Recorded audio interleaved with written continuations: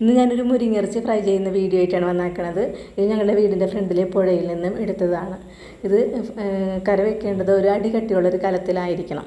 ഇത് നല്ലോണം കഴുകിയിട്ട് വേണം നമ്മൾ അടുപ്പത്ത് വെക്കാനായിട്ട്.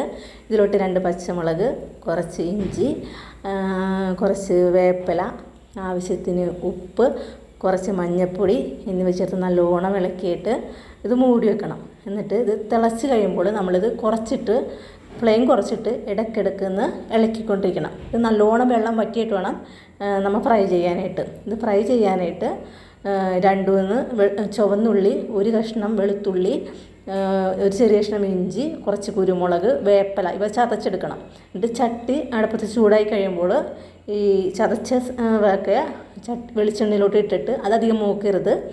അപ്പോൾ തന്നെ നമുക്ക് ആവശ്യത്തിന് മുളക് പൊടിയും ഇടണം, അത് മൂക്കരുത്. അപ്പോൾ തന്നെ നമ്മൾ മുരിങ്ങയിറച്ചി ഇതെടുത്ത് ചട്ടിയിലോട്ട് ഇടണം. അതിൽ തേങ്ങക്കൊത്ത് ഞാൻ ഇട്ടിട്ടുണ്ടായിരുന്നു, ഇത് കാണിക്കാനായിട്ട് വിട്ടുപോയി. അപ്പോൾ ഇത് നമ്മൾ എപ്പോഴും നല്ലോണം ഇളക്കിക്കൊണ്ടിരിക്കണം. അതായത് ഒട്ടും ഇളക്കൽ നിർത്താൻ പാടില്ല. അതായത് തീ കുറച്ചിട്ടിട്ട് വേണം നമ്മിത് ഇളക്കാനായിട്ട്. അപ്പം ഇതിൻ്റെ പാകമെന്ന് പറയണത് ഇത് ഒട്ടും അടി പിടിക്കാണ്ട് ഇങ്ങോട്ട് വരും, അതാണ് ഇതിൻ്റെ പാകം. അപ്പോൾ ഇത് നല്ല രുചികരമായ ഒരു വിഭവമാണ്.